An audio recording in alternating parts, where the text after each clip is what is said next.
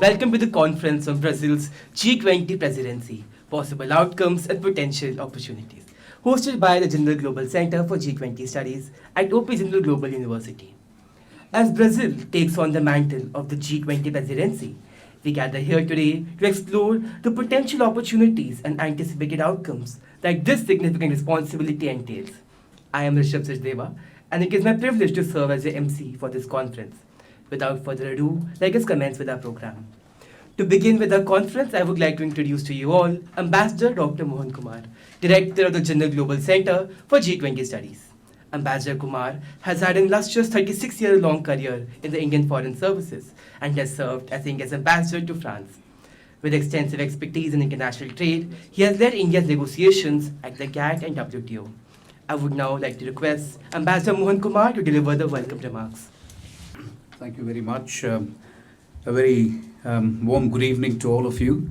Thank you very much. On behalf of the G20 Center that we have established in the Jindal Global University, I want to welcome each and every one of you. This is the Jindal International Academy, if you like. It's a space that we use for debate, and we've had some wonderful debates in the last 1 year since this space has been inaugurated. And today, it's a great honor, actually, for me to welcome a very dear friend, but also a very illustrious ambassador based in Delhi. He's the ambassador of Brazil to India. And as all of you know, Brazil has taken over the baton of G20 from India. So that makes it very important. Brazil is going to have a 1-year presidency. In the history of G20, this is unique, that we took over the presidency, and then you've got, we took over from Indonesia, and then India, and then Brazil, and then we hand over to South Africa, if I'm not mistaken. That is a phenomenal run of countries, which are all emerging countries, apart from being developing countries. And so that gives a certain seamless continuity for the presidencies, to the effect G20 presidencies can impact the proceedings of G20, impact the declaration, the final declaration, impact the discussions. So all that is interesting, because it's not just one country, but 1 year goes by too quickly, as we in India saw. But I think a 4-year period is a very solid period, and then we hand over to the United States, actually. It's a very, very interesting sequence, if you like, for students of international affairs and geopolitics. The second point I want to make, and I was just chatting with the Brazilian ambassador before coming here, invariably, G20 meetings are affected by the geopolitics of the moment. That is something that you can't help. So one of the things that we are going to hear about, and if students are interested, others are interested, I think we can discuss it also during the question and answer session, is the trajectory of the Ukraine conflict. It's very clear that when India took over the presidency, the geopolitical situation was very different. And when Bali happened, it was even more different. But I think it's fair to say that now, when we look at the conflict in Ukraine, a lot of countries are having what is known as a "I told you so" moment, that we told you that diplomacy is the only way out. So that is one strand of thinking. The other really is that the counter-offensive that has been promised by Ukraine has suddenly petered out. So you're genuinely talking of a deadlock in the conflict in Ukraine. And when you have a deadlock, any diplomat, and that is class 101 diplomacy, really, a deadlock offers itself as a perfect situation for a diplomatic solution. And yet the diplomatic solution is not happening for a lot of reasons, and we can talk about it. But that is the geopolitical situation itself. And so I will allow the Brazilian ambassador to address this, at least indirectly, but because I believe it's already had an impact on the meeting that was held in Rio among finance ministers. Already, I think the conflict's trajectory is having an impact on the G20 discussion. So that's the second point I wanted to make. The third point I wanted to make is I always felt that as a G20 center, which we have established in the Jindal Global University, we would like to track how commitments made in G20 are implemented. And that is interesting and important. So what has happened to the commitments made in Bali? What has happened to the commitments made in Delhi? And what will happen to the commitments made in Rio? So that is something that students must look at closely to see whether there is some concordance between one summit and the other, or are you just meeting, coming up with declarations and just going home and forgetting about it. So that's the third point I wanted to make. The last point I want to make is that we are in very close touch with Brazil, India, as a troika, because it's Brazil, India, South Africa now which constitute the troika, which is the past president, India, the present one, Brazil, and the next one, South Africa. And those discussions are also interesting because they bring to bear certain perspectives of the countries themselves on the final declaration. So I'm inclined to think this G20 summit will be an important one, like all summits, but it'll be interesting for me, just as an ex-diplomat, to see the major points of difference also, because there are going to be some differences, I think, owing to the change, the fundamental change in the geopolitical situation. That is what makes it very interesting. A number of things were set in motion by India, and we are talking about the Global Biofuels Alliance. There was the Chennai Principles of Food Security. There was also the Lawrence Summers report on reforming the financial markets, or World Bank and IMF. Those things will also be on the table. I'm deliberately not mentioning the three great priorities of the Brazilian presidency because that prerogative belongs to the Brazilian ambassador. He will talk about it, but those three imperatives or those three priorities are also extremely important for developing countries in general, but also for countries like India. I apologize for the absence of the Vice Chancellor, who was called away for a meeting at the University Grants Commission. And between you and me, if the University Grants Commission calls the Vice Chancellor, I'm not sure Vice Chancellors can say no, so you will forgive his absence. He will come later if he can, but please forgive his absence. But I'm really, really honored and particularly happy to receive the Brazilian ambassador here, who will now address the gathering and share with us his perspectives on the G20 presidency. We've got a wonderful panel, and I want to thank both my ex-colleagues and current colleagues, Ambassador Rajiv Bhatia, who's, I think, an established multilateral expert now on the Delhi strategic circuit. Ambassador Vishwanathan, for those of you who don't know, we call him Vish fondly, but I cannot imagine a bigger, greater Latin American expert than Ambassador Vishwanathan, frankly.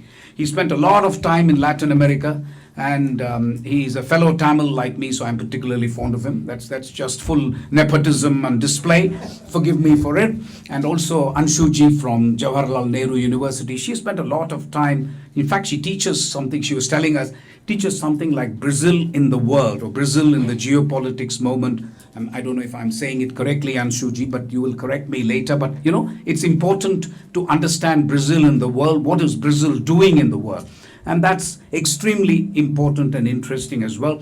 I want to conclude by saying that some of my best memories of negotiating in the WTO for well over a decade was with Brazilian diplomats.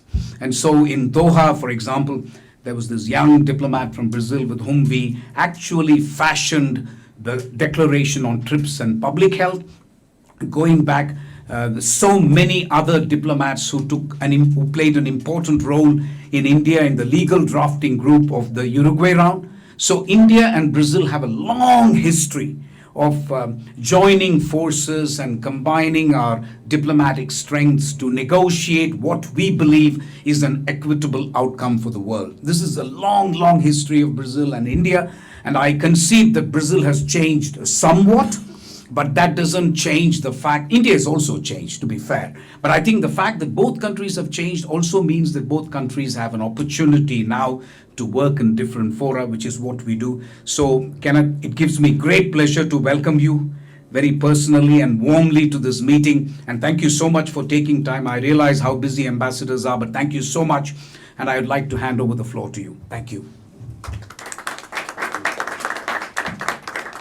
Thank you so much. Ladies and gentlemen, it is now my honor to introduce His Excellency Kenneth Felix Hazinski Ranobrega, the Ambassador of Brazil to India. Ambassador has had an illustrious diplomatic career, serving in various key roles such as IBSA Sherpa, Head of Intellectual Property Division, Trade and Policy Advisor to the Foreign Minister's Office, Minister Counselor at the Embassy of Brazil in Washington, Director of Inter-Regional Mechanisms BRICS, and Secretary for Europe, Middle East and Africa at the Ministry of Foreign Affairs. His expertise in international relations, particularly in intellectual property and trade, will provide valuable insights into G20 presidency under Brazil. Now, I invite His Excellency to address the esteemed gathering. Please.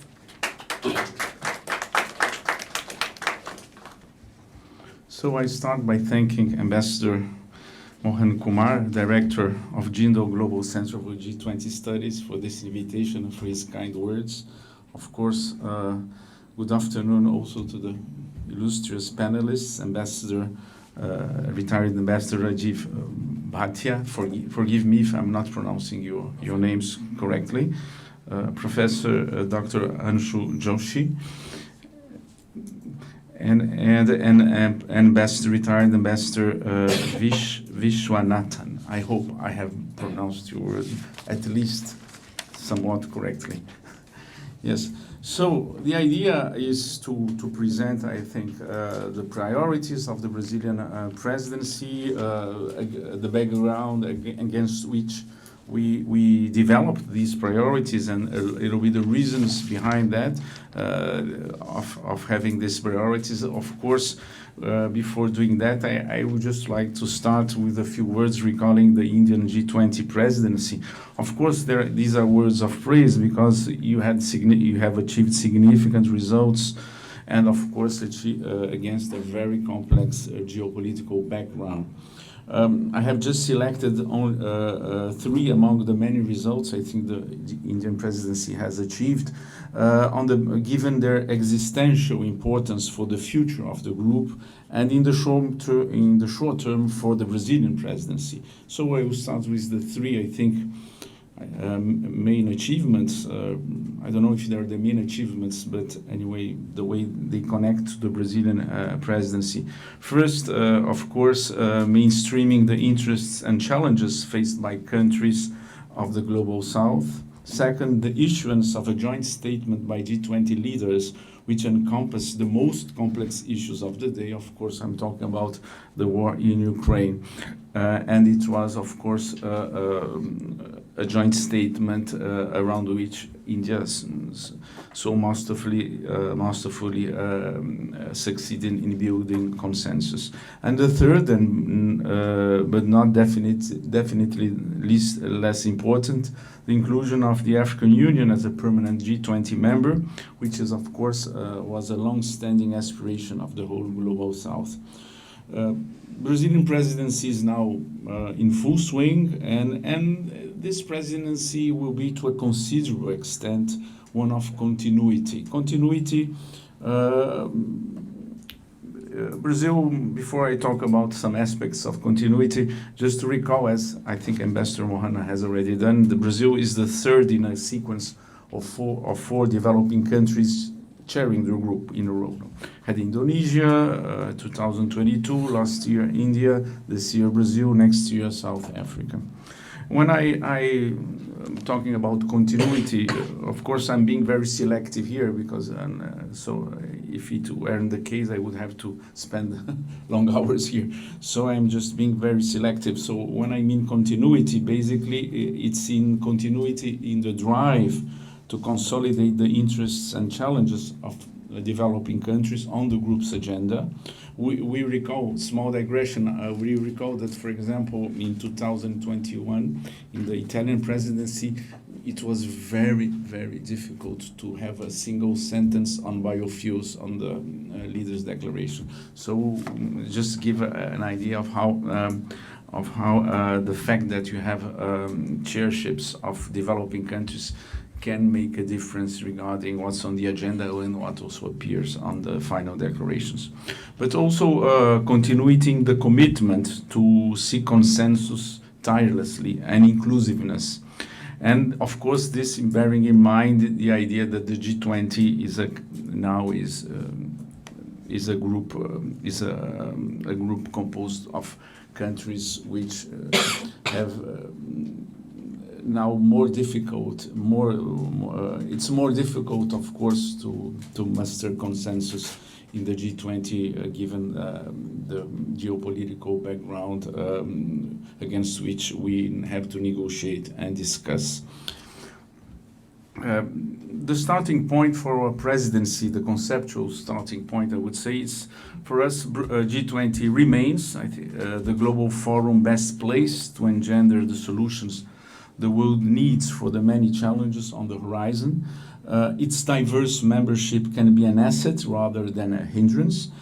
And because we are more and more convinced that solutions, of course, which are needed for so many challenges, will only emerge from enhanced dialogue, including, of course, always many different voices. But for us, G20, my minister always makes that clear when he talks about G20. G20 is no substitute for multilateral organizations. It does not have the tools nor the membership to replace the established multilateral fora. The UN is and should be at the center of global governance. We fundamentally see the G20's role as a conduit to muster political will towards concrete change in times of multiple and cascading crises. These crises that reinforce each other and require stronger international cooperation to be overcome. Of course, one could here have a very, very long list of the crisis and challenges we face these days. I'm just selecting some of them because they impact the way we are conducting our presidency. First, persistent hunger, poverty, inequality, armed conflicts with catastrophic humanitarian consequences, widespread setbacks in living standards, inflation and debt vulnerabilities, high volatility in food and energy prices, and the climate crisis that is no longer a distant threat, but rather a present reality more and more.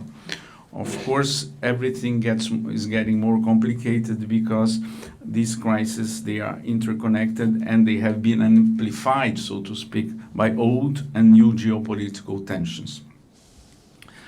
Against this broad background, Brazil sees that while these crises affect all countries, they do not affect all countries equally. Developing countries and their populations are likely to bear the brunt of them. The distributional effects of all these crises between countries and also within countries, now I'm not only talking about developing countries, these distributional effects should not be played down. President Lula frequently says, if we had to summarize the current global challenges in a single word, it would be inequality. Inequality many times as the root cause of several of the crises, and in other cases, a major factor contributing to their aggravation. For that reason, Brazil has been seeking to mainstream the challenge of reducing inequalities in all its dimensions in the G20 agenda. We must tackle problems that range from geopolitical conflicts to hunger and malnutrition, from climate change to the risks of new pandemics, from sticky inflation to the rise of poverty levels.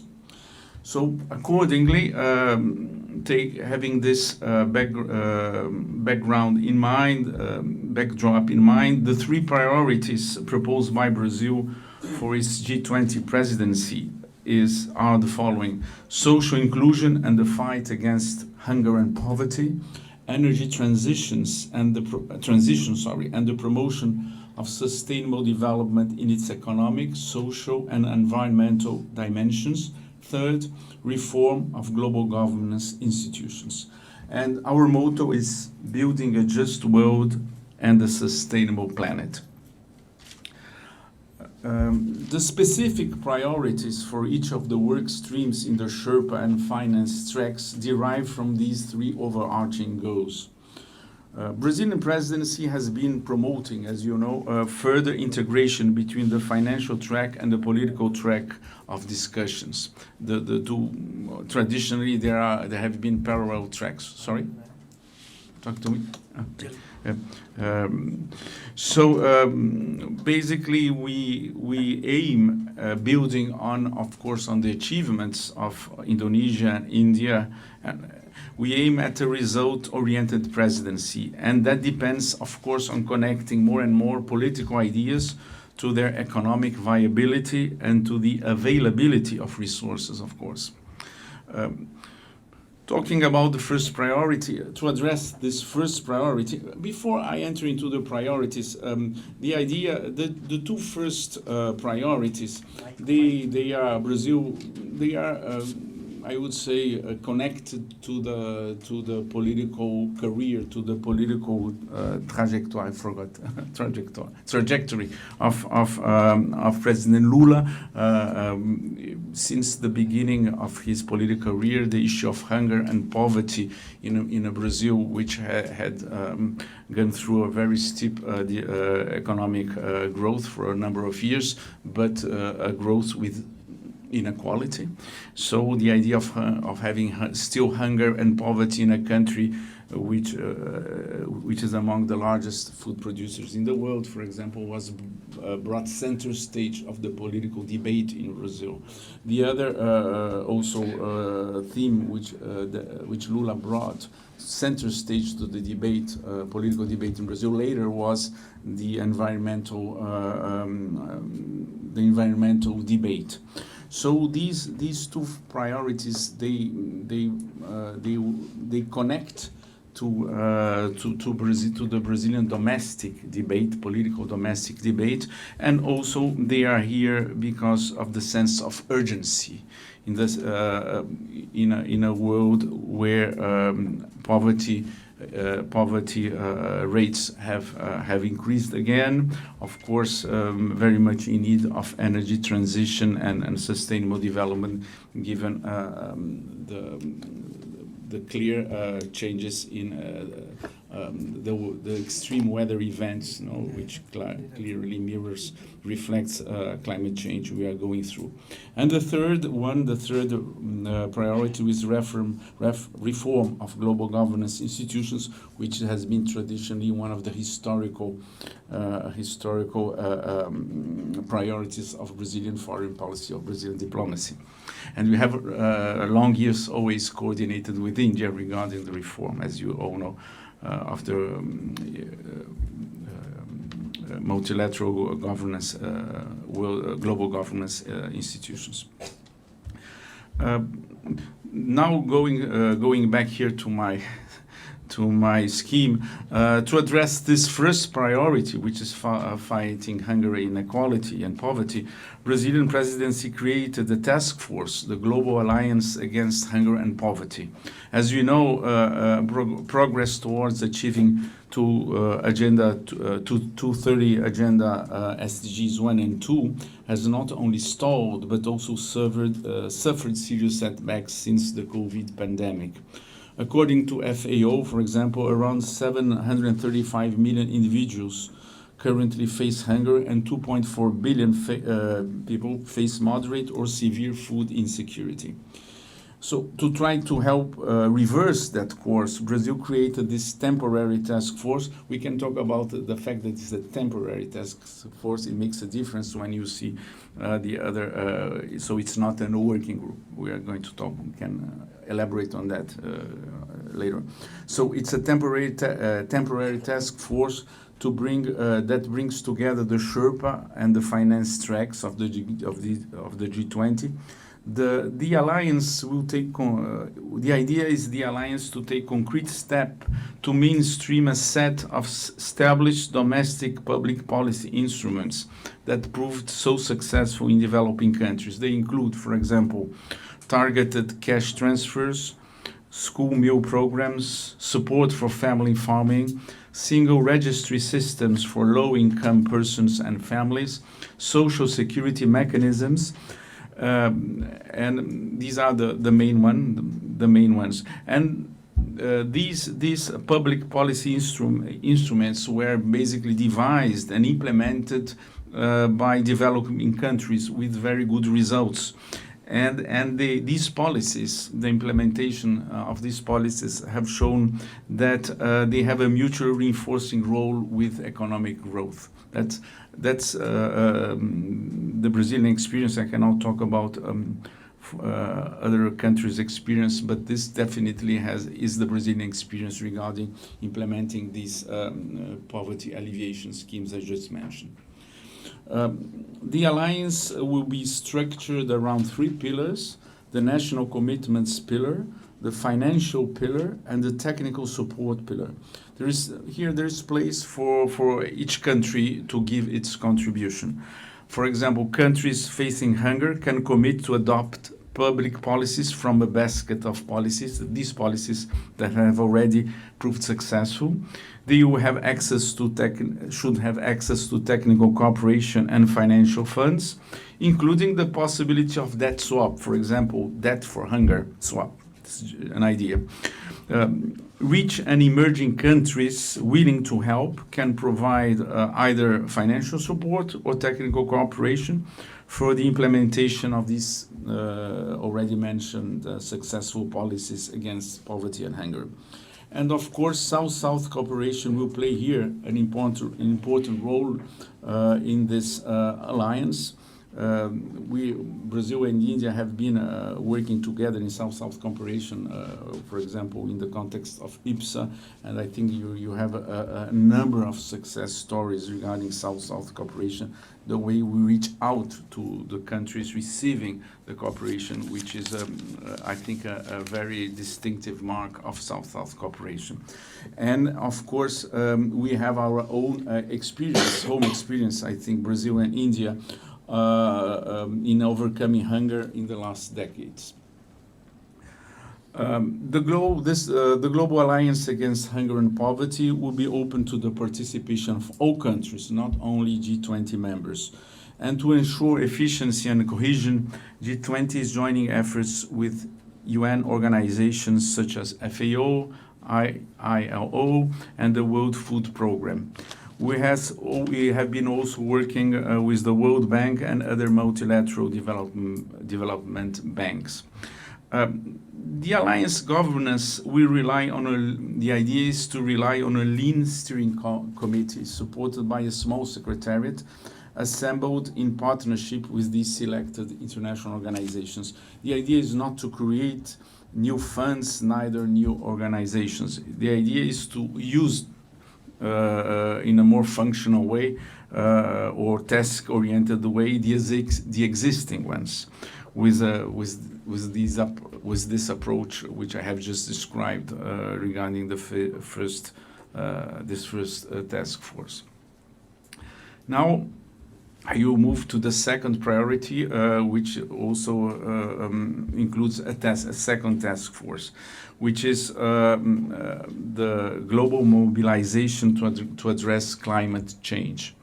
This task force for the global mobilization against climate change also brings together the Sherpa and the finance tracks. The task force will explore basically 2 points. One, the role of national sustainability transformation plans, and two, a renewed agenda for the engagement of the financial sector in climate action. Basically, it's based on the perception that there cannot be meaningful results in the fight against climate change without sufficient and timely access to financial resources. Of course, here we are building on, this is why I have at the outset emphasized that we are building on the previous presidencies. When you see the summit, India, Delhi Summit Declaration, you have very substantial paragraphs regarding climate finance. delivering this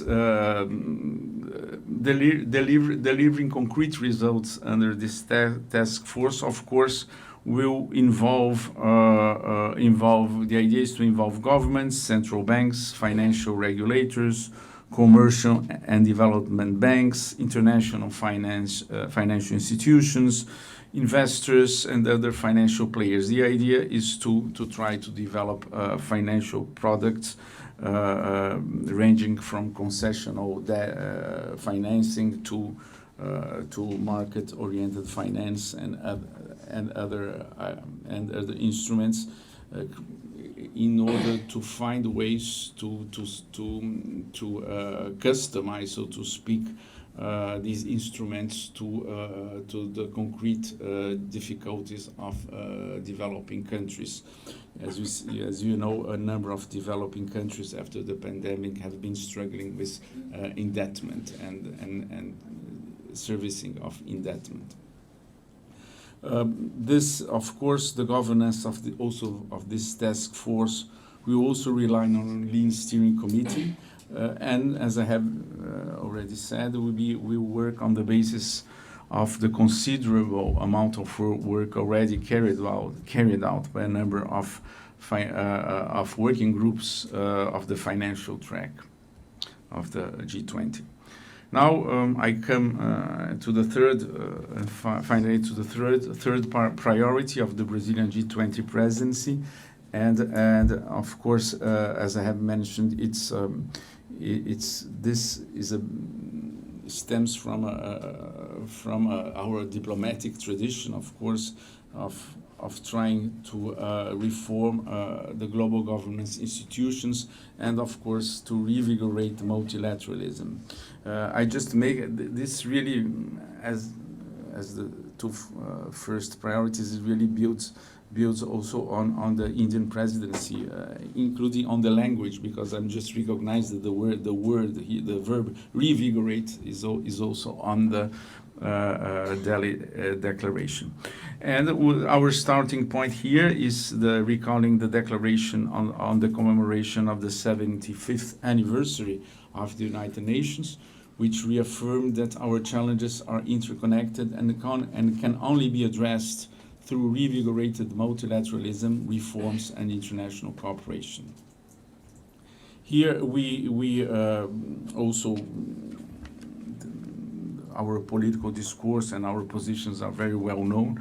UN governance has not kept pace with the emergence of the Global South, and of course, with a number of successive geopolitical changes that have taken place since the end of the Second World War. The G20 originally, of course, is focused, has been always focusing on finance and economy and trade, finance and economy more than trade, and this is why we putting lots of emphasis on our campaigning for the change, for the reform of the World Bank and IMF governance structures, so that they can reflect the contributions of developing countries and the role they play in today's global economy. Of course, under-representation of the Global South undermines the institutions' credibility and influence. And this priority, of course, has the geopolitical context of polarization and growing distrust, which have been exacerbated by the conflicts, of course, in Ukraine and in Palestine. And so these two conflicts have further weakened the very institutions that were designed to uphold international peace and security and to promote global prosperity. Here I recall, I think last year or the year before, the Secretary General of the UN saying that the question is not, the choice is not between reform and the status quo, is between reform and further fragmentation of the international system. I think this is a diagnosis, we agree very much with this diagnosis of what's going on. We again here in spite of the fact, of course, that we are at the helm of the G20, and you want the G20 to be a force for the reconfiguration of a multilateral system. Of course, we always keep in mind that the UN is and must always be at the center of global governance. We want the G20 to remain faithful, so to speak, to its original purpose of tackling international crises, as it happened in 1999 and then in 2008. And again, as a conduit to muster political will towards concrete change, be it in the political, economic, financial, and trading governance. Here, I have in mind an important point here. When you read the Delhi Declaration, there at the beginning, there is a, I cannot reproduce the language, but it says that the G20 is a form of economic cooperation, not geopolitical coordination, so on and so on, in order to reaffirm, and this is an important, it was an important sentence which will help us sailing through this year, because of the unpredictability of the geopolitical context. But at the same time, in the Delhi Declaration, it says but you have to be mindful that geopolitical and geopolitical issues also do impact the economic landscape. So I think it was, as a formulation on which we will build, I think, our discourse. Now I'm just making a very personal comment about this, because these are these kind of very key consensus sentences that can be used when you negotiate, of course, as to build on that and to reach consensus. So what we have been doing concretely about the third pillar, Brazil submitted to its counterparts in the first foreign ministers meeting, which was held in Rio de Janeiro in February, a proposal that G20 prepares for a meaningful discussion on global governance reform. So G20 agreed to convene a second foreign ministers meeting in the United Nations for the first time in its history. The G20 will have a ministerial meeting inside the United Nations headquarters, with the participation open to all UN member states. It will be on the sidelines of the high-level week of the General Assembly. So I think it will be an unprecedented opportunity for the G20 to join forces with the whole UN membership, in joining forces in favor of a call to action for the reform of global governance institutions, with the United Nations, of course, always at its centers. So this was, in a nutshell, the priorities of Brazil, and I tried to make some comments to contextualize where we are coming from when we chose these priorities. Of course, our presidency is a work in progress. Soon after we assumed the presidency of the group in December, we had the first Sherpa meeting, the first finance track one, as well as a joint meeting of both tracks. We also already had the first meeting of the working groups, and the two first ministerial meetings. I mentioned already the foreign ministers meeting in Rio de Janeiro, and also the first meeting of finance ministers. So, and in all these occasions, Brazil received wide support for the priorities it had established for the year. And now we look forward to receiving continuous and concrete support from all membership as we move into the implementation phase of these priorities. Always keeping in mind that we would like to have a result-oriented presidency. Thank you. Thank you so much, His Excellency. Following this inaugural address, we delve into the heart of our conference with a stimulating panel discussion on Brazil's G20 presidency. Moderating this insightful session is Professor Dr. Mohan Kumar, accompanied by His Excellency and other esteemed panelists. I would now like to take this opportunity to introduce all our panelists. First of all, we have with us Ambassador Rajiv Bhatia, who is a distinguished fellow at the Foreign Studies Program, GK House. He holds the membership in key advisory councils such as CII's International Advisory Council, Trade Policy Council, and Africa Committee. Additionally, he chairs FICCI's Task Force on Blue Economy and has chaired the core group on experts on BIMSTEC. Ambassador Bhartia's extensive involvement in international forums and organizations underscores his deep understanding of global affairs and policy frameworks. A very warm welcome to you, sir. We also have with us Ambassador R. Vishwanathan. He is an esteemed Latin American expert, renowned for his contribution to the understanding of Latin American politics, economies, and cultures. As a prolific writer, speaker, and advisor, he has shared his insights on Indo-Latin American relations extensively. Ambassador's diplomatic assignments, including his serving as an ambassador to Argentina, Venezuela, Uruguay, and Paraguay, highlight his profound engagement with the region. A very warm welcome to you, sir.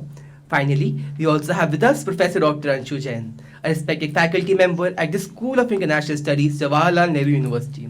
With a doctorate and MPhil from the Diplomacy and Disarmament Division, School of International Studies, JNU, and a master's in IR, she brings a wealth of academic rigor to her expertise in global securities, foreign policy, counterterrorism, and women's studies.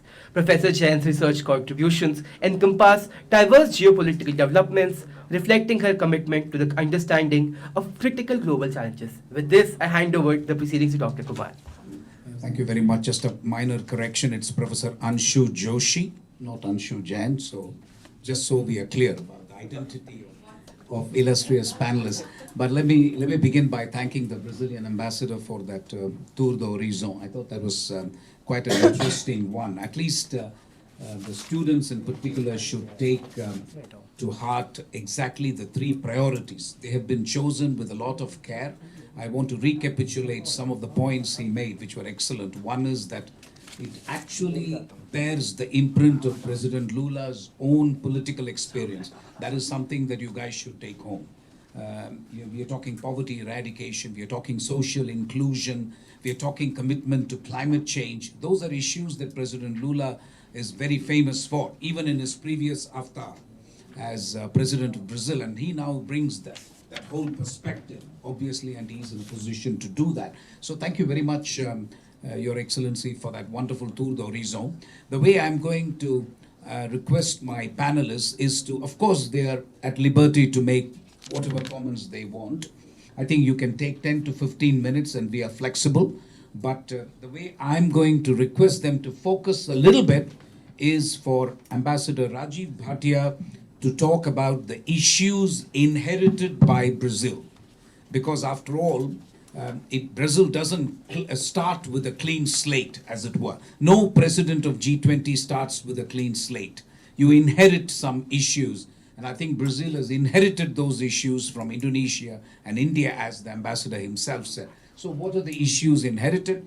To Ambassador Vishwanathan, I would ask him to talk of what are the opportunities for Brazil to tackle these three priorities, and to Professor Anshu Joshi, perhaps the most difficult one, possible outcomes. And we will all talk about outcomes, of course, but if you can bring your academic expertise and your knowledge of Brazil into focus and talk about potential outcomes for this G20. So that's the way we will do it.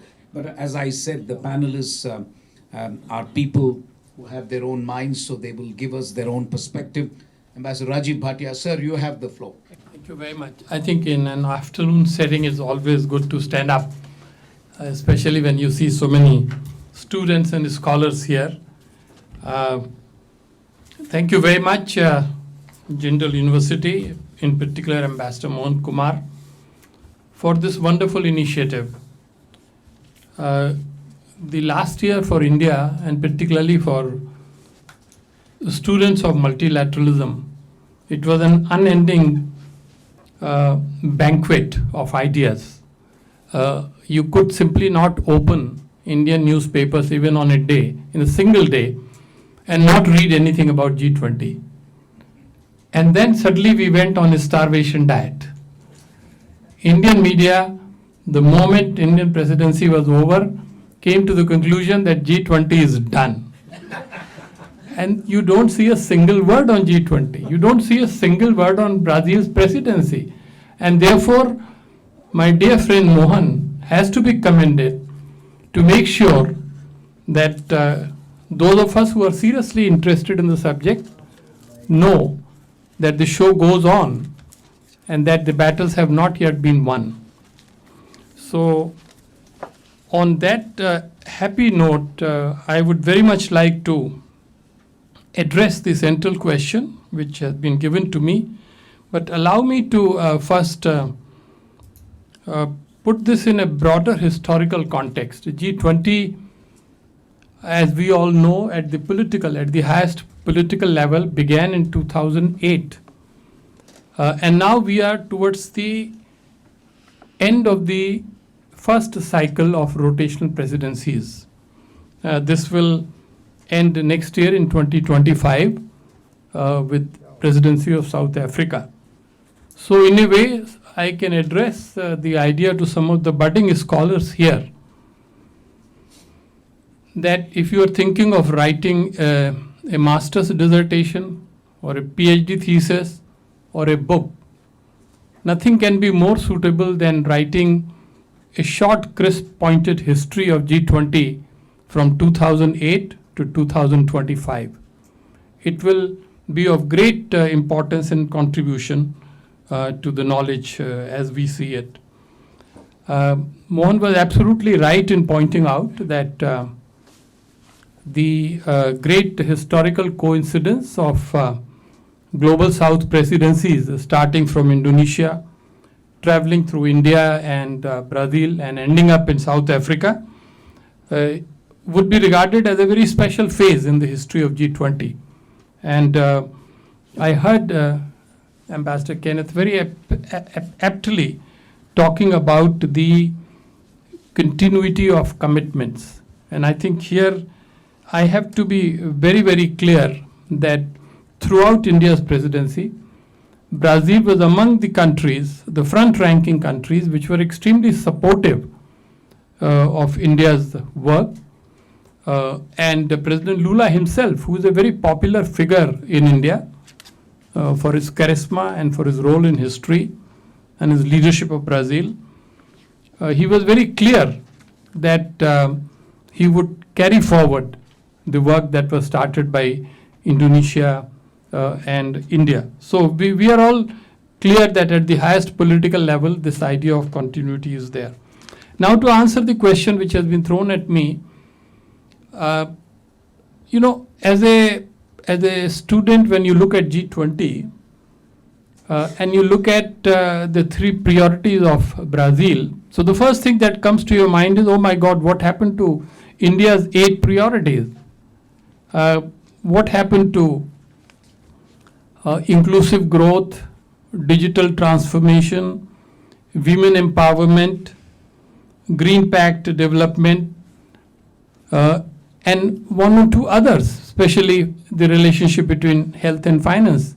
Is it that all these have been excluded and that from 8 or 9 priorities we are now back to only 3 priorities? No, that is not a correct answer. I think the correct answer is that these 3 priorities, the way they have been designed and the way they have been presented, and you heard Ambassador just now,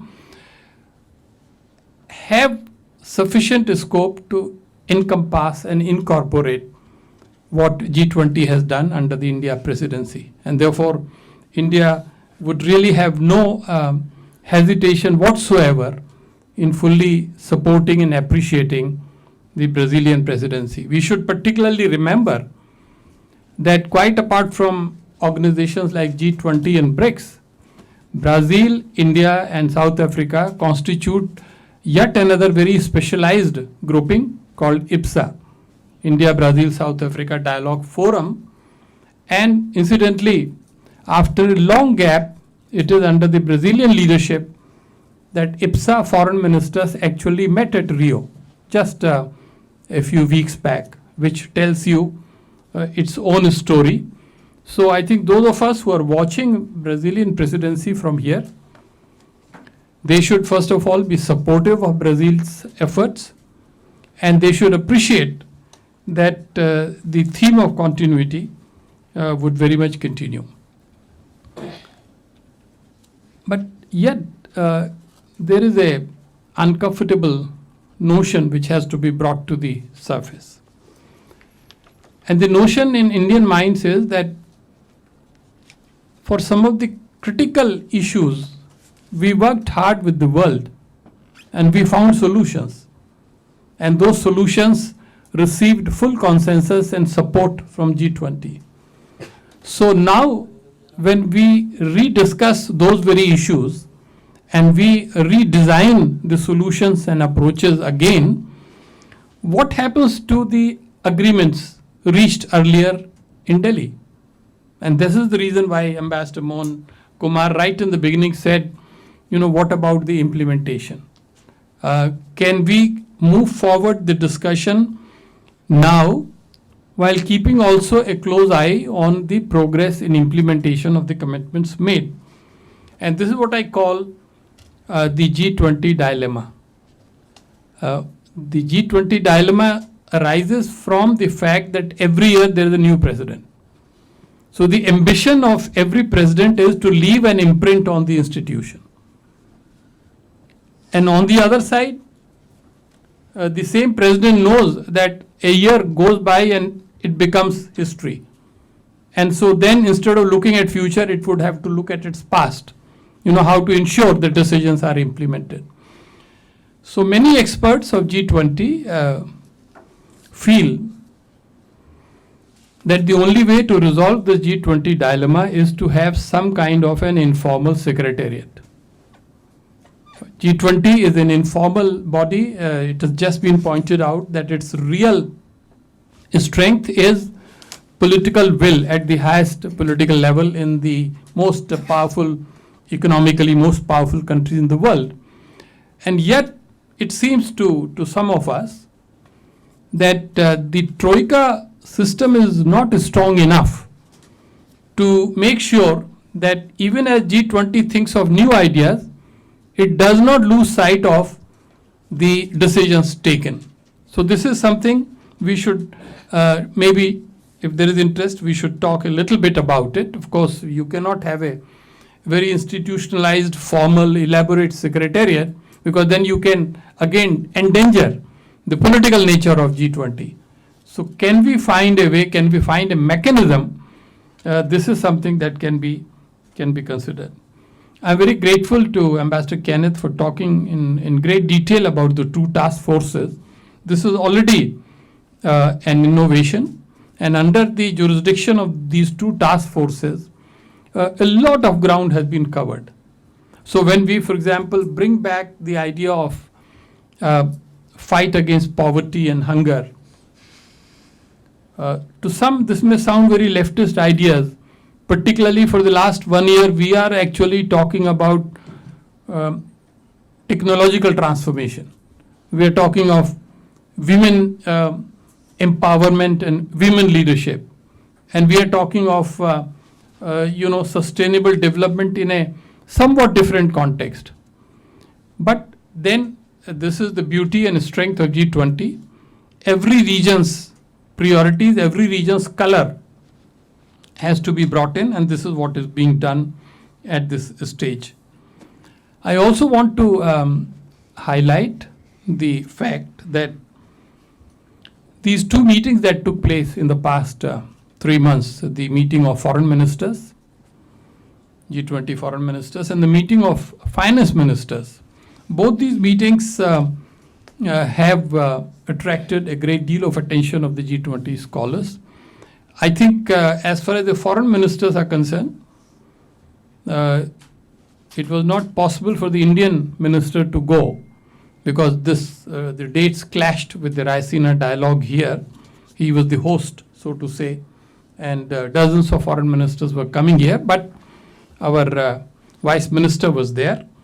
And the contents of the discussions there at the level of the foreign ministers, I think, was very significant. And it was very clear that they discussed to their heart's content all the current political crises, particularly Ukraine and Gaza. And we all know that the G20 message on Gaza was quite sharp on Israel, quite sharp on the need for effective humanitarian assistance, and above all for very clear signal of support for the two-state solution, whatever it might mean. Some critics have pointed out that Brazil, when it talks about global governance, it is only focusing on international financial institutions. This is also not correct.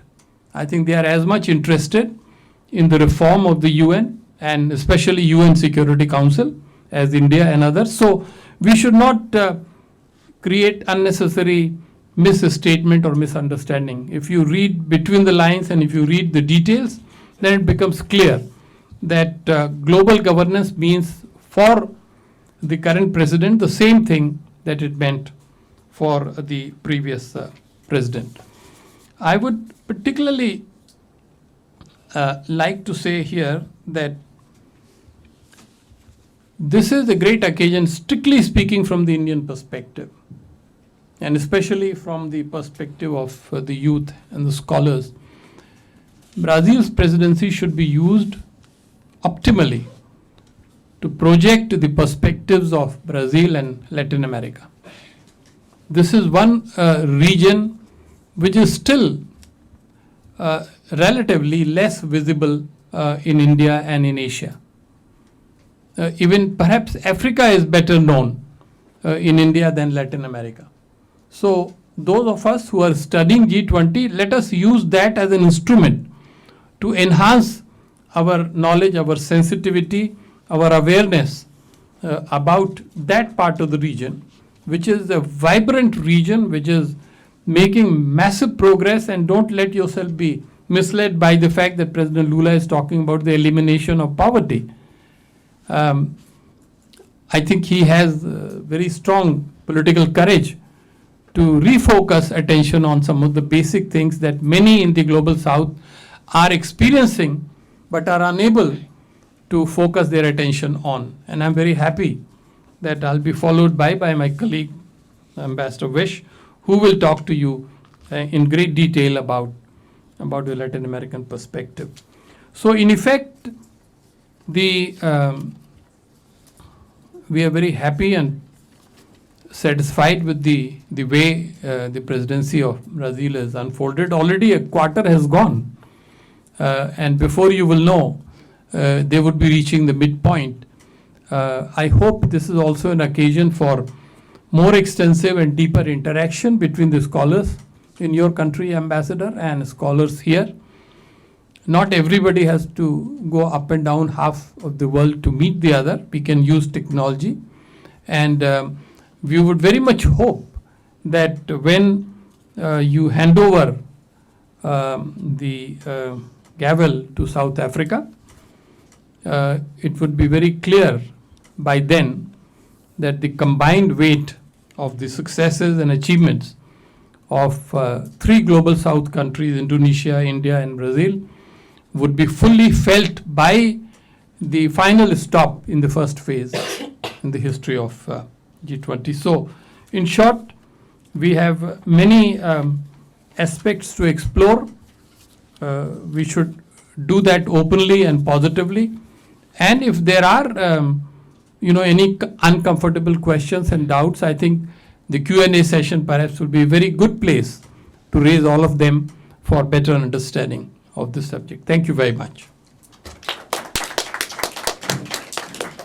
Thank you, sir, for setting the stage for today's panel discussion. I thought a number of points have been made, and I hope all of you are listening carefully. What struck me was the perspicacious comments on the institutional disadvantages of an annual presidency. I think that's important. The dilemma faced by G20, I thought he put it very well. Those are all well recognized. The absence of a secretariat is both a good and a bad thing. And by the way, India argued very strongly against a permanent secretariat. because of our own experience, negative experience, I would say, with the WTO, where the Secretariat takes over the job of the negotiation sometimes. The Secretariat can be overzealous as well. The OECD would have very happily, I know for a fact, since I was ambassador in Paris, OECD would have very happily taken over the Secretariat's role. OECD was looking for a raison d'etre to exist, and it was sick and tired of being called a rich man's think tank. That's what it was called. And they were tired. In fact, they would always ask me, when are you getting in? And I would tell them, India will only get into OECD after China does. Because China is in a far more advanced country than India. So first China has to get in. But of course, since then we know that Brazil has applied. I don't know where that application is, but complicated, yes. So I can understand. But to go back to what Ambassador Rajiv Bhatia was saying, I think some of these things we just have to live with, because that's the nature of G20.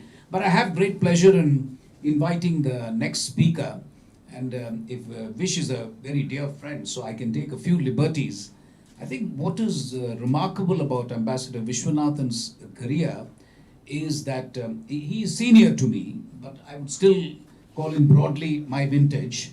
He is definitely senior to me by 4 years, but still my vintage. The point is, what I want to say is he was a pioneer because he was far ahead of the curve compared to the rest of us. While the rest of us were angling for postings to Geneva and New York, which was considered the Mecca of the Foreign Service, he chose a region which, and I want to pick up on a point made by Ambassador Rajiv Bhatia, and he did not say it, he merely said that, sometimes Africa is better known than Latin America. That is Ambassador Bhatia at his diplomatic best. I could have put it much more strongly, but I will not. But what I want to say is that Ambassador Vishwanathan chose an area which is of interest to you, and sometimes in my class I say it, we still don't have enough Latin American experts. He is still the only one. There may be a couple of others, but so to kind of specialize in a region, knowing full well the ministry not only does not pay you credit, but sometimes penalizes you. He was fully aware of that. In spite of it, he told the ministry to go to hell and I'll do what I like. That is Ambassador Vishwanathan for you. A man who's truly, his own man, so to speak. At least that's the Vish I know. So Vish, thank you so much for your presence, because I was very, very keen to have him. Not that I was not keen to have the others, but it's important to get a Latin American perspective. Somebody who has lived there, somebody who has worked there. So it's with very great pleasure. You can either speak from the podium or I'll give you the mic. Okay, the podium. Thank you, Ambassador Vishwanathan.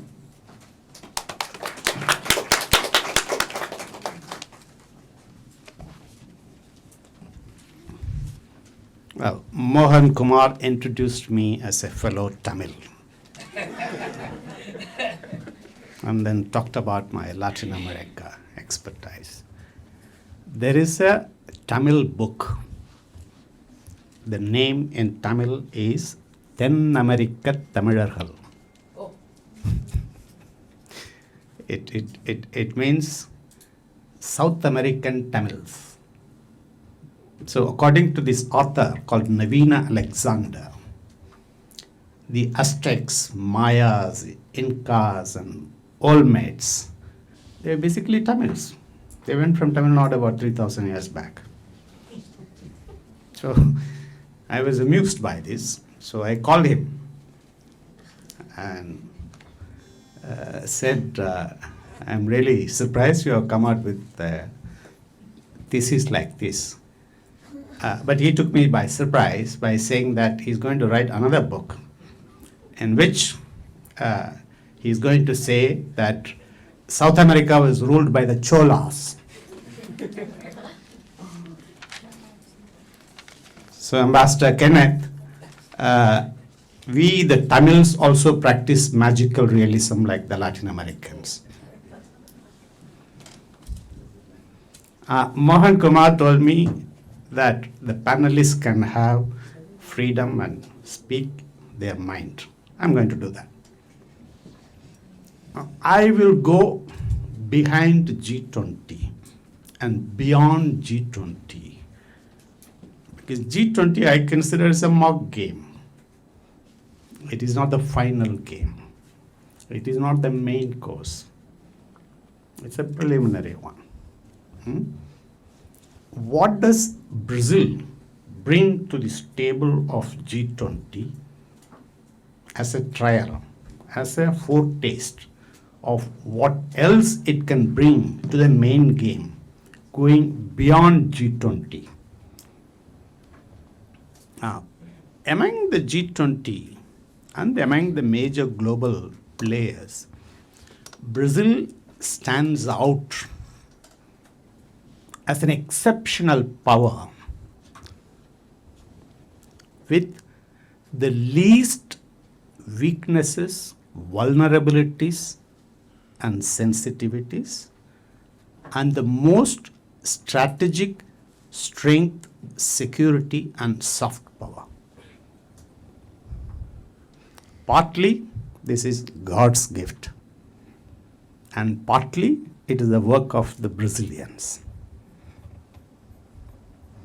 When Dilma Rousseff, when she was president, she went to Vatican to call on Pope Francis, who was an Argentine. So when she came out of the meeting, there was this Argentine journalist waiting eagerly to catch her and tease her, and said, "Madam, you had gone and called on Pope, who is an Argentine. You have anything to say?" She said, "Of course, we have great regard for Pope Francis, who is an Argentine." It's true, the Pope is Argentine, but the God is Brazilian.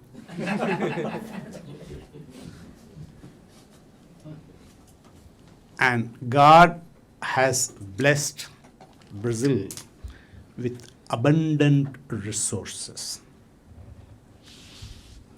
Very large area, fertile area. They can bring another 20 million hectares of land without touching Amazon. They have 20% of the global freshwater resource. And they have got a moderate climate, free from extreme cold or heat, free from, not prone to any natural calamities like hurricanes or volcanoes or snowstorms or earthquakes, and beautiful beaches too. Now, what has the Brazilians done with this God's gift of this land and water? The Brazilians have made Brazil as a superpower in agriculture, agricultural powerhouse. Brazil has used the brilliant scientists of Embrapa, the Agricultural Research Institute, to bring land which was considered as uncultivable in Mato Grosso, Cerrado area, and made it as cultivable and increased productivity. Today, Brazil is the #1 exporter in the world of soya, corn,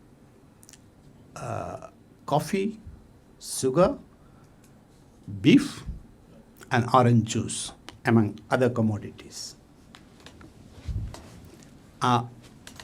They do large-scale commercial farming with innovation and scientific research done by Embrapa.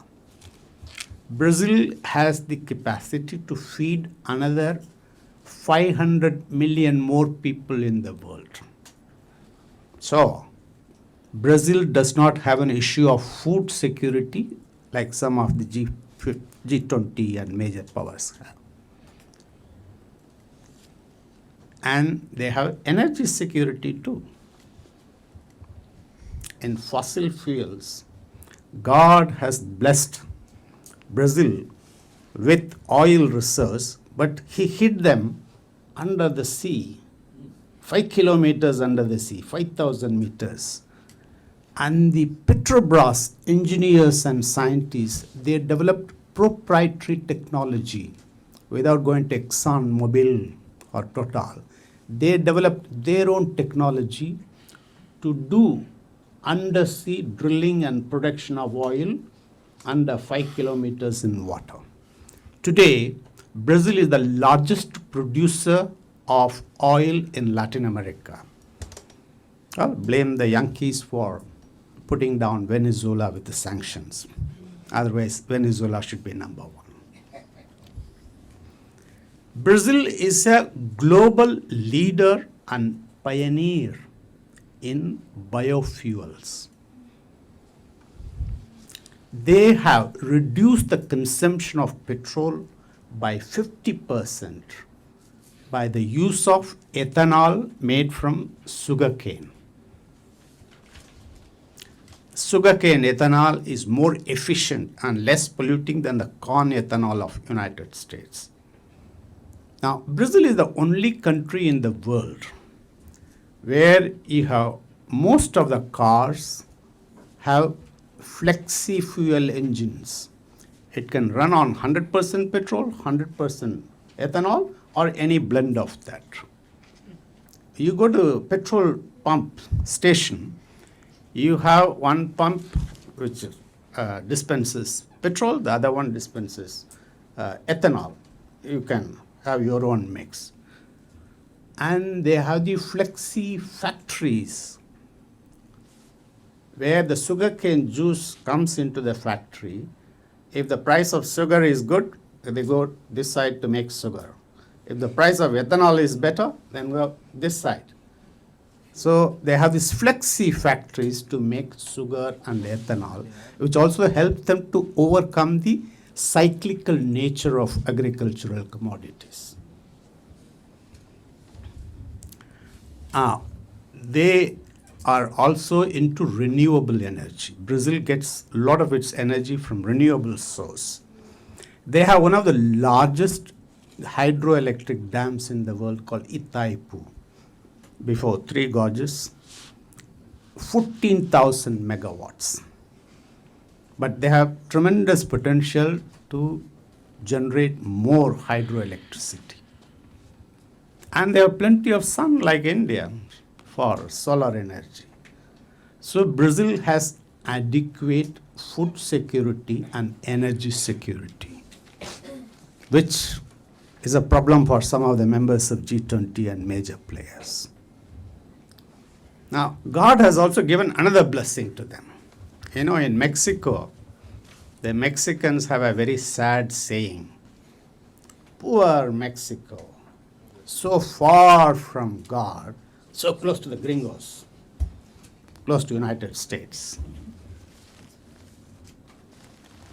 When one of the Mexicans crossed the border into America, the border agent, the American, said, "Mister, you have crossed the border."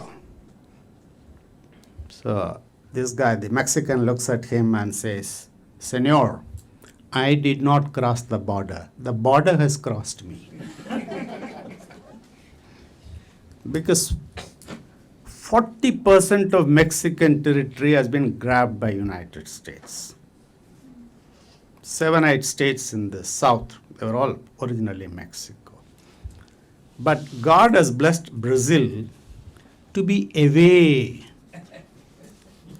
from United States, away from the flashpoints of civilizational clashes, from troublemakers, imperialist powers. They are away, they are blessed. And Brazil is one country which has not fought a war on its own for the last 150 years. Brazil has border with 10 countries in South America. There is not a single border dispute. No border dispute. So the greatest challenge and problem for the armed forces of Brazil is to find an enemy. They don't know who the enemy is. In their military doctrine, they have been having this perpetual dilemma, puzzle. Who is the enemy? No one. And Brazil does not threaten anyone, and nobody is threatening Brazil. Brazil does not have weapons of mass destruction, but it has weapons of mass distraction. Football, carnival, samba, bossa nova, Copacabana, Ipanema, all mass distractions. Brazil has no historic baggage. They have no historic grievances or guilt. They have no blood in their hands, and they are not claiming anything from anyone. And I think they are the only country in the world who got independence because some people loved the beaches. You know the history of Brazil. When Napoleon invaded Portugal, the king of Portugal was smuggled into Brazil by the British. And after Napoleon's defeat, the king was brought back. But the crown prince stayed on in Rio de Janeiro. He liked Copacabana. And after the king died, the court in Lisbon called the crown prince. Come on, you have to come and take over. He said, sorry, I like Copacabana, I like Ipanema. So he declared independence.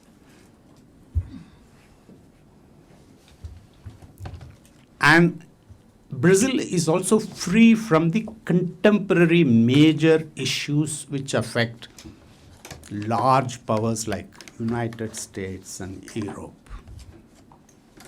Terrorism, fundamentalism, illegal immigration. Brazil doesn't have the problems. And unlike the Indians and the Chinese, the Brazilians don't emigrate to United States or Europe. They don't care. They are quite content and happy being in Brazil itself.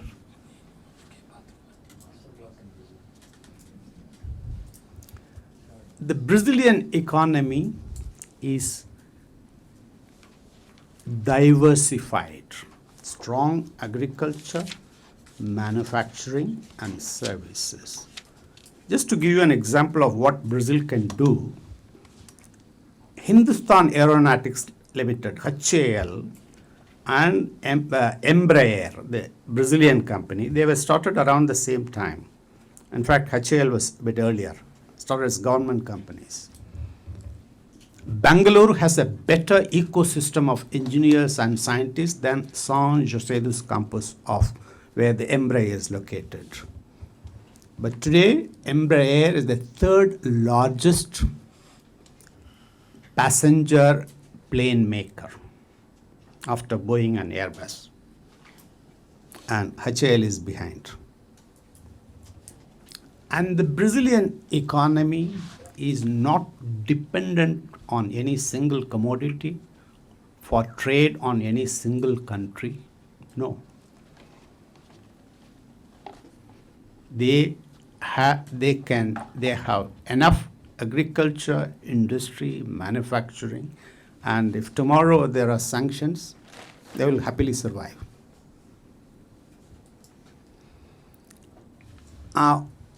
There's another issue in some of the major countries: separatism, ethnic conflicts, religious conflicts, linguistic conflicts. Brazil is free from these. They speak one language and one religion. Brazil is the largest Catholic country in the world. But I think more than asking for a permanent membership of Security Council, they should also insist that the Pope should be Brazilian. You have the largest population of Catholics in the world. And the Brazilians are happy-go-lucky people, cheerful, and they're soft power. If tomorrow you have a vote in the United Nations, whom do you like more? The gringos or the Russians or many others? The Brazilians will get the most votes. Adorable, cheerful people. Now, with all these attributes of the least weaknesses and the most strength and security, Brazil has the capacity to practice objective foreign policy. Whereas when you mention K word, Indian delegate gets up. When you mention P word, well, there is a right of reply from India. Now, Brazil doesn't have any of those sensitive spots. So they can speak freely and fearlessly on multilateral issues. But more than everything else, Brazil is one country which can take on United States and tell them in their face what should be told to them. And they have done it. After 9/11, when the Americans made all of us stand in the queue, do fingerprinting, photograph, the only country which retaliated to this was Brazil. They put all the Americans in one queue and they got a very old camera, very old fingerprint system, made them stand for hours together. And when all the American pilot did this one, they put him in jail. They are the only country from the global south who can stand up to United States and speak their mind. So I was talking to one of my old Brazilian friends who works with the Jay Shankar of Brazil, Celso Amorim. Sorry for this comparison. Celso Amorim is one of the wisest foreign ministers of the world. How do they manage United States these days? So he told me a story. He said there was a oil tycoon from Texas. He visited Rio de Janeiro and fell in love with a girl from Ipanema. Married her and took her to Houston. And after reaching there on the first day evening, he told her, I must tell you the 3 rules of marriage of Texas. She said, Si, senor, go ahead. He said, rule number 1, I'm the boss. Rule number 2, whatever I do, I go out and come back in the night at 3 o'clock, or I go for soccer, or no questions. Si, senor. Third, whenever I come home at 2 or 3 in the morning, there should be food ready, warm, on the table, and you should be there to serve me. She said, Si, senor, no problem.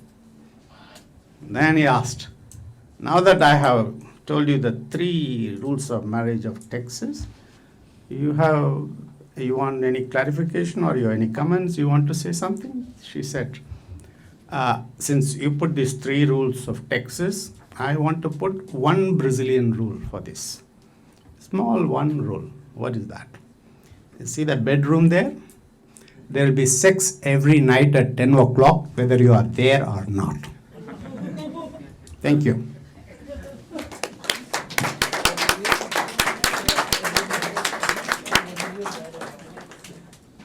Thank you. Wish you lived up to your billing and reputation and everything else, expectation. I think there is a master class on Brazil, and the best tribute you can get is on a couple of occasions I saw the Brazilian ambassador take notes. So I don't think you can get a better, certificate than that. No, but more seriously, the wish when I come back to you, a lot of it was of course news to me, and I'm sure to the students as well. How can we get some of these? Obviously, God has not blessed India. I saw the Chinese delegation also taking notes about how they can deal with the United States, which makes a lot of sense, my friends. Please learn from Brazil. Yes, you will do well to take notes. But jokes aside, I want to understand, some things, of course, India is not blessed, and let's be honest about it, but can we at least share some of this amazing technology that you talked about? You know, whether it is ethanol, biofuels, or it is about, Brazil, the Embraer story. HAL is, you don't get me started. My blood pressure will go up once you mention HAL because I've had occasions to deal with them in Paris. So I think when I come back to you, maybe you can tell us very frankly, can this technology be shared by Brazil with India? That is one thing. The second thing is, I don't want to be a party pooper because what you said about Brazil is absolutely correct. And yet, 25 years ago at least, I would hear about Brazil being a very unequal society. And I want to ask you, there's so much that God has given, Brazilians themselves have achieved. What is the reason for this inequality? And I know it has reduced because now I think it could be argued that India is more unequal than Brazil. At least that's what I learned from the Oxfam report. But I want you to tackle these two. One, how we can use is not the right word, but we can benefit from the Brazilian G20 presidency by getting some of this amazing appropriate technology rather than go for Rolls-Royce technology. What we need is technology which Brazil, of course the Brazilian climate is nowhere near India, so that's a problem. We have a climate also which is horrible. But anyway, be that as it may, if we can benefit. The second is, how do you explain then the bit of the inequality? In a country that is so blessed, I think, if you don't mind my saying it, they should have been a much more equal society, isn't it? So those are the two questions I have for you, not now, but please think about it in the next round. I now turn to, you've heard from two ex-diplomats, and ex-diplomats, of course, have their own perspective on issues, but it would also be interesting to hear a completely academic perspective, if you allow me. Professor Anshu Joshi, who spent a lot of time, she's associate professor, she heads the Center for Latin Americans. No, you're not the head. I'm just saying you are with the Center of Latin American Studies. You have worked hard on Brazil. That is a subject that you know and it's close to your heart. So it'll be wonderful to hear from you. And the only challenge you have perhaps, and then we can ask the others also to comment on it, is what are the potential outcomes from your knowledge of Brazil? And you have now heard from Ambassador Vishwanathan as well what Brazil is capable of bringing to the table. What can we expect in these three areas that the ambassador talked of, three priorities? What can we expect in terms of potential outcomes? So that's the challenge for you, but please feel free. The floor is yours. Sure. Good afternoon, everyone.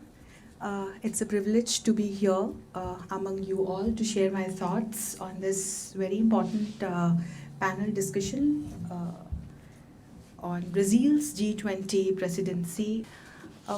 It's a very relevant topic, and as Ambassador Bhatia was mentioning that after covering whatever happened during India's presidency in G20, Indian media stopped covering G20 as we saw the end of the day at G20.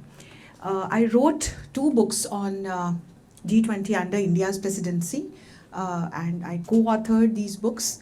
So I'm really looking forward to the presidency of Brazil now, because as a troika, when we look at Indonesia, India and Brazil, it presents or it reflects, I would say, what India has been time and again mentioning, the new era wherein the emerging economies or the nations from the global south have started coming into the leadership role now.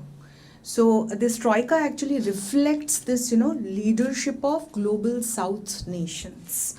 And I'm asked the toughest question, and I'm an academician, so we usually don't speculate, but that's what I was telling the dean that I would speculate today, but based on some facts.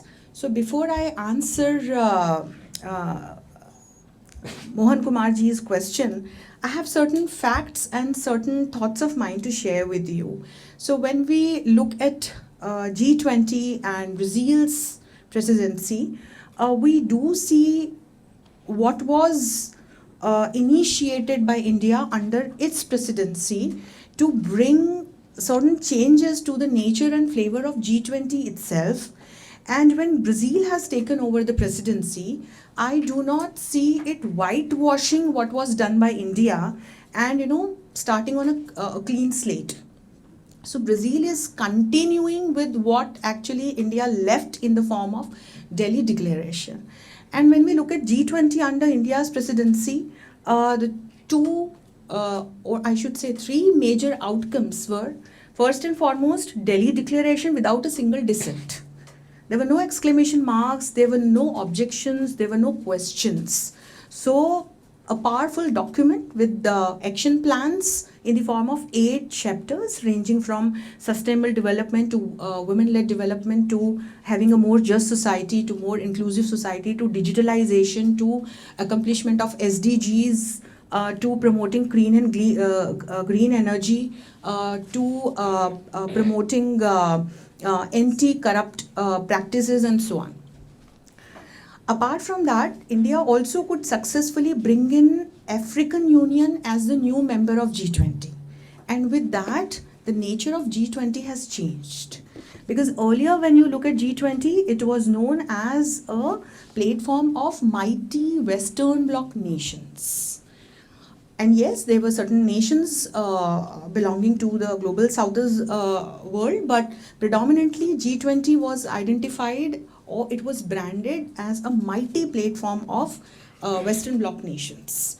But when you look at now, after involving African Union into it, the nature and flavor of the platform has changed.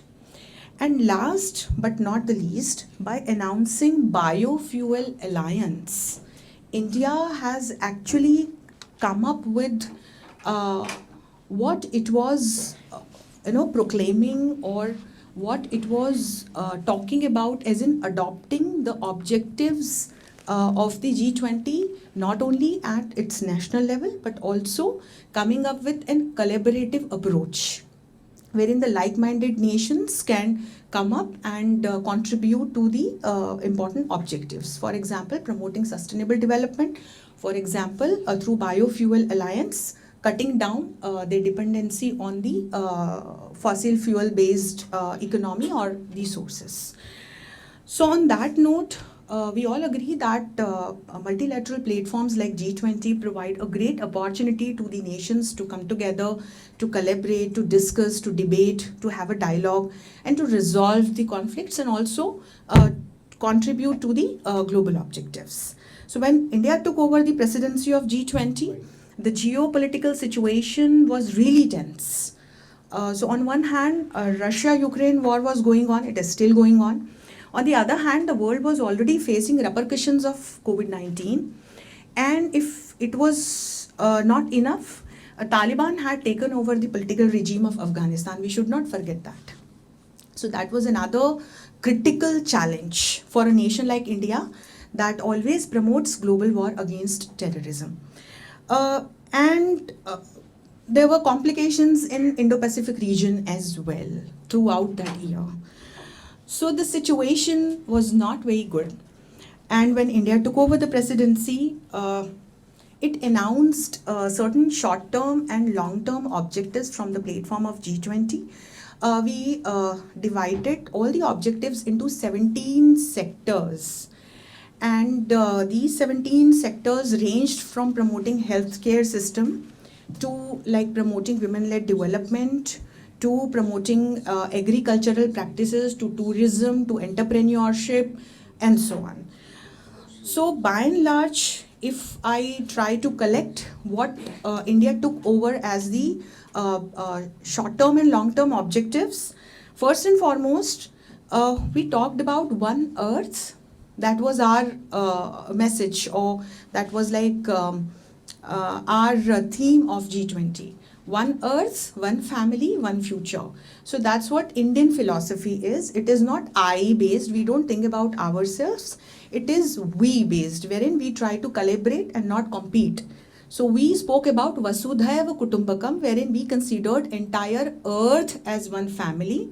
And there we spoke about contributing to different critical objectives. For example, climate change containment. We spoke about sustainable development, of course, and then we spoke about ensuring soft types of security. What is as the Brazilian ambassador just mentioned, as in the first priority for Brazilian presidency. So ensuring food security, ensuring energy security, human security, and so on. These are the soft types of security. And then the most important objective was the democratization of G20 and how this democratization had to be done. So what India brought as a change here, as in not only asking for giving leadership roles to the Global South nations, not only on the platform of G20 but in the other multilateral institutions as well. And secondly, India also brilliantly adopted the objectives of G20, brought them to the level of its national schemes and programs that it runs, and then it ensured that each and every person of India not only knows about G20 but also contributes to G20 in one or the other way. So just try and recall the time when India had the presidency. We conducted 100 plus working group meetings, but not in Delhi. So the destinations were all tier 2 and tier 3 cities in India. So by that, India actually tried to promote government to people and people to people connect through the platform of G20, wherein the delegates from different nations could not only know the culture of different, diversified places in India, they could also meet prominent people, artisans, people from literature, writers, students, and so on. So we tried to democratize by not only giving proper space to Global South nations on the platform itself, we tried to democratize G20 within India. And then India also tried to ensure that the benefits of all these programs and the objectives should reach to the person sitting at the fag end of the society. So when I wrote this book, I was amazed because I tried to collect some data and figures related to each and every sector, as in the 17 sectors that India had identified for G20. And what India was doing as a nation in the form of different programs. So for example, India is running Ujjwala Yojana that has benefited 14 crore women so far. And by promoting this Ujjwala Yojana, it's not only about empowering women, it is also about promoting green and clean energy. So multiple objectives were covered under one scheme. So there are different such schemes, and for example, by this startup scheme, since 2020, every year, India is promoting startups and entrepreneurs to start their own enterprises. So we have 16,000 startups every year. And the government of India has come up with some data and figures that states that through these startups, Indian economy could get a benefit or contribution of 1 trillion. So no wonder we are the fastest growing economy, despite some odds, as Ambassador Vishwanathan was mentioning. But I would also like to share this thought of mine, as in when we try to resolve societal level challenges, technology has a very important role here. So when we promote technology, what do we achieve? So for example, when we are promoting science and technology and the entrepreneurship based on technology, or the startups that deal with technology, we are not only trying to deal with the problem of unemployment, we are also coming up with innovative solutions to different challenges, and at the same time we are also getting a contribution to enhance our GDP. At the same time, women-led development is one of the objectives of G20. So through promoting science and technology, this objective is also taken care of. And by doing that, when we promote technology, corrupt practices come to an end. And by doing that, when the corrupt practices are ended, definitely the person sitting at the fag end of the society gets the benefits. So that is why India promoted digitalization. And I can proudly say, being an Indian, that we are a nation of 140 crore people. We could digitalize ourselves seamlessly, and because of this particular accomplishment, we could end a lot of resolve a lot of challenges related to our society. So this is all related to what India did during its presidency. When I come to Brazil, I would start from this biofuel alliance. When India announced this biofuel alliance, Brazil came as the strongest partner. Definitely because the kind of place it has in its sugarcane production and marketing to the world. Brazil has a very significant role to play on this particular turf. And by this biofuel alliance, definitely Brazil can immensely contribute to zero and low emission sustainable goal. And market-wise or economy-wise also, if we see, there are a lot of opportunities in this particular area. So when I look at Brazil, not only biofuel alliance, there is another alliance called solar alliance. And through this solar alliance, again, I see Brazil as a nation that is contributing to this very critical objective of climate change containment and sustainable development by promoting renewable source of energy, that is solar energy. And Brazil is a pioneer in that. So India is working on this very ambitious project called One Earth, One Grid. And because of the geostrategic location of Brazil, Brazil has a very important role to play in this particular area again. Then when I see Brazil as a standalone nation, I teach the course called Brazil in Global Affairs in JNU, School of International Studies. So I teach history of Brazil, and I also teach different constitutions that Brazil had, the kind of racial issues that it had, diversified society that it has, the kind of opportunities, the natural resources that Brazil has, also the political ups and downs that Brazil has faced, the colonial rule that Brazil has gone through, the conflict between church and military dictatorship in Brazil, and how there were corrupt governments. Some leaders were also sent to the jail, and what have been like the ups and downs in the political history of Brazil. At the societal level also, there were certain odds, but when I look at Brazil as a nation, it's the voice of South America.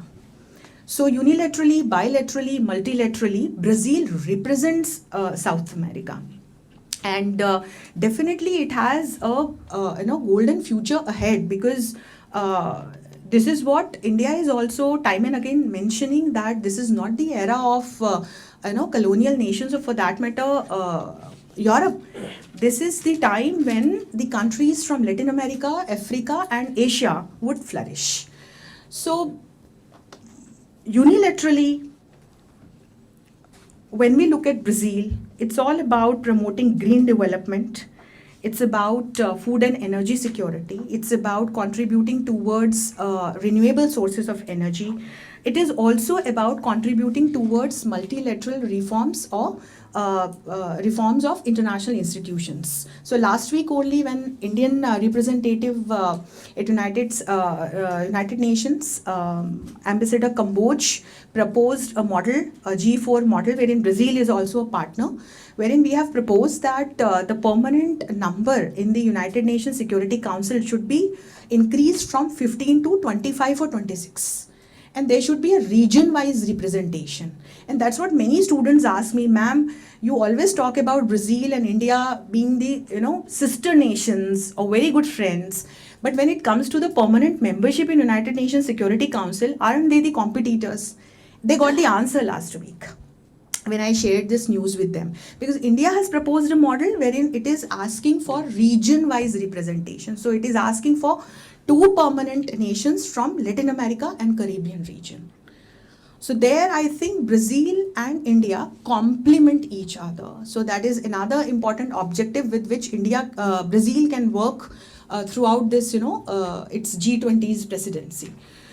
So coming to this, answering the question that I was asked, when we look at the global situation presently, there are many challenges. Supply chains have become weak. There are different challenges posed by COVID-19. If Russia-Ukraine war was not enough, we are observing this Israel-Hamas conflict. And among all these issues, as the president of G20, what Brazil can bring to the table.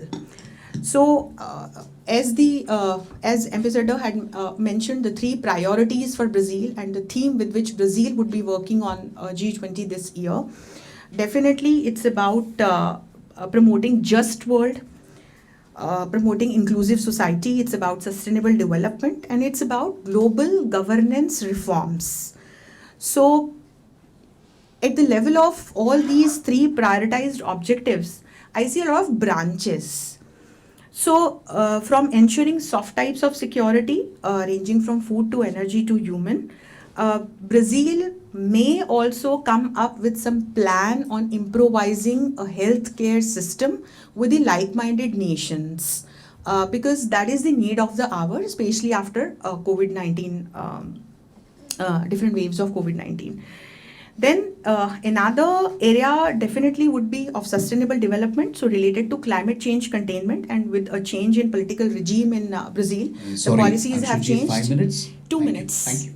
So with the change in this political regime, we do see that President Lula would be working on different, with a different way than what Bolsonaro did during his times. And so towards this climate change containment objective, I see a lot happening in next 1 year.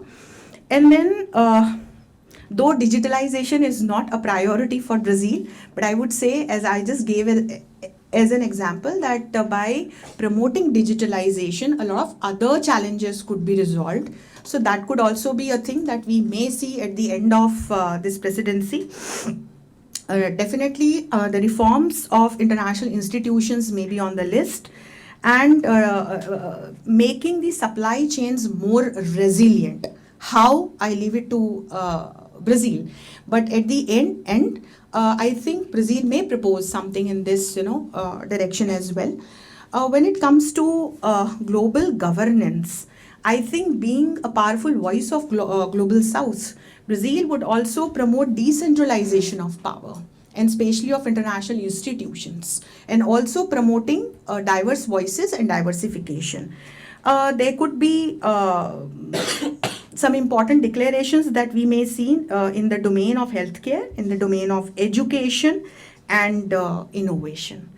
So definitely by promoting all these areas altogether, the prioritized objectives of Brazil during its presidency of G20 would be taken care of. And I think that the kind of world we are living into right now, multidimensional, with a complex interdependence, and multipolar, there are a lot of opportunities. So there are challenges, but there are opportunities also, and that's what our Indian Prime Minister says, that we should focus on solutions rather than the problems. And on that note, I would take a pause, and maybe I can share my thoughts in the form of answers if I'm asked more questions. Thank you.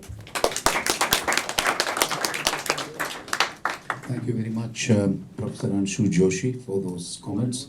I think what I'm going to do is, I realize there may be questions from the audience, there should be. So I'm going to give the last word to the Brazilian ambassador, because he had talked right at the beginning and he has heard comments from all the panelists. So it's only fair that he has his word. And then if there are questions, kindly keep them ready, keep them short. And if you can actually address it to a specific panelist or His Excellency the Brazilian ambassador, that would be better. But otherwise, please, as you like. But Ambassador, may I please, you can speak from where you are sitting. So, Three interventions are very rich and detailed. So if I were I to make comments on each and every one, I would make a very long intervention indeed. I'm just trying to focus on some of the issues which are raised. Regarding I think the idea of Brazil, I mentioned presidency is definitely one of continuity in the sense of being the third the emerging country in a row, and also because of the synergy, diplomatic synergy, and convergence of views Brazil has with India. It helps the continuity, including the political discourse, the diplomatic discourse. The idea of not, as you have rightly mentioned, each country wants to leave a mark.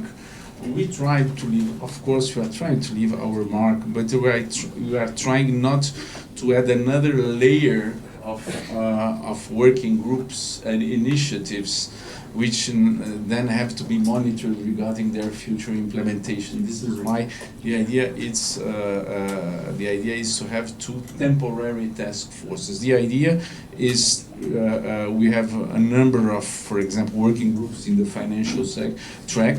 The idea is to having this sense brought a sense of emergency regarding having tangible results in terms of fighting hunger and poverty, and addressing climate change, energy transition associated with climate change, because of course energy is, I think it's more than 80% of emissions come from the energy sector in the world. I'm not sure if it's 80%, 79%, but anyway, it's the overwhelming majority. The idea of having tangible results, resorting to a task force, which is a kind of matchmaking exercise. If you, I think the easiest example is the first task force. You have a number of social policies devised and implemented by a number of emerging countries, including Brazil and India, for example, but other countries too, which have really had a success on the ground. But we know that a larger number of developing countries have not implemented or have not these kind of successful policies. I don't want to mention countries here. So the idea is you have these successful policies. They can be reproduced in a number of countries, of course, with some adjustments. Now, who is going to help them implement? So, what country could give the technical cooperation? What country could provide the funds through some creative new financial mechanism, or through some concessionary financing? So the idea is the idea of matchmaking. The other task force is the same. It has the same underlying idea. In as much as when it comes to climate change, we have already, if you read the Delhi Declaration, you see how much is dedicated to climate finance from various points of view. So the idea is not to create another layer. No, we want to communicate a sense to the world, leaving our mark, a sense of urgency regarding these two issues. They are urgent issues for the global south. So this is the idea, and connected to the idea of urgency is the idea of keeping the G20 functional, in the sense that I think in this respect building on India has achieved, because before the G20 emission of the same declaration, you read on your newspapers, G20 is paralyzed as a Security Council, the General Assembly, another paralyzed forum. So you managed to keep the G20 functioning. So the idea of Brazil on building on that is that G20 can show the world that it can deliver with a sense of emergency. There are no more urgent thing than hunger and poverty, and also financing for climate change, and for not only for mitigation, for adaptation, which we are going now. The need of adaptation finance is growing. So this is the idea of trying to the continuity is there. The normal flow of the G20 will go on, but these task forces are working are conceived as something which is a matchmaking exercise to help having tangible results. This is the idea behind. You have mentioned, of course, the continuity and implementation. I have no response to that. I just adding to you have just mentioned diplomats that have worked in multilateral forum know that secretariat can be really a known evil. No, we would call in WIPO the secretariat the known evil, the known evil. Yes. So because of of course the way they were really working on for the developing countries, to put it mildly. So I think the idea would be perhaps to keep apart from the Troika focal points. I saw a discussion among brainstorming about this. I'm just sharing a brainstorming. The idea that the continuity could be also in the focal points in international organizations which are represented each year in the working groups and so on. Just stop here and let me just go on over. So regarding we have mentioned about Brazil, I cannot. I think we don't have the usual problems of the world. You have the problems of our own making, various different ones, and I think that you have touched upon then you have touched upon the inequality issues. So I'm going to connect with you regarding. I think Brazil is really blessed, and sometimes for foreign affairs, diplomats have a difficulty in convincing Brazilians, including Congress, that there must be some money for foreign ministry because we are Brazil has the Brazilian citizens have this sensation that they are in a planet of their own. It's really very inward-looking country. I'm speaking here freely, of course. I'm not going to say this officially, but it's an inward-looking country, and the idea of thinking about that we are part of a world, of an international system, is something that it's sometimes an uphill battle for the diplomat in Brazil. Including in Congress, you have to talk to congressmen regarding the importance of paying attention to the foreign scenario. So, but just you mentioned inequality. Brazil has the root cause of Brazilian inequality is slavery. Basically, it's slavery. More than 52. It depends on how you pose the question, but. If you were to go by one of the last census in Brazil, around 52 or 53 Brazilians perceive themselves, because it's self-perception, as being as having African roots. That does not mean that there are 100% of African roots. Because Brazil is a very mixed society. It's perhaps less than 10% of Brazilians are really ethnically only African.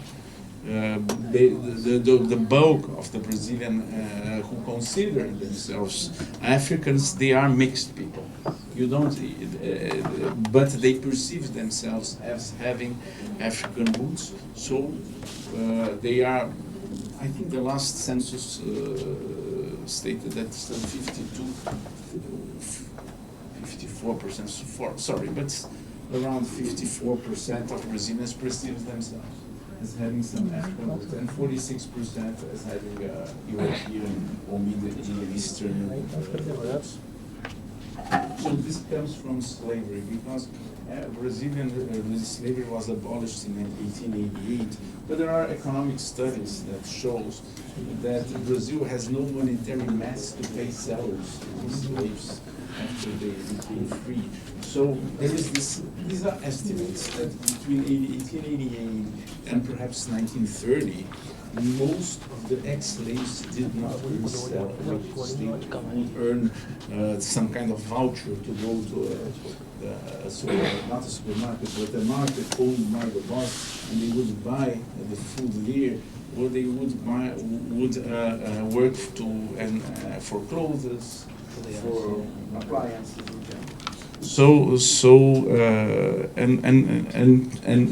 Another aspect that slaves were not allowed to have families. You didn't have the concept of family in the Brazilian slave times. So it's and families are very important in transmitting knowledge, a sense of purpose. So we didn't have this in the African Brazilians. And this is the second point. And third, education, because until the 1930s or even later, ex-slaves did not have access to school. So there is the education gap. And of course this is this has an impact, historical impact, and this is why I could talk hours about this. Just finishing this. This is why when this Bolsa Família was conceived, this direct payment was conceived by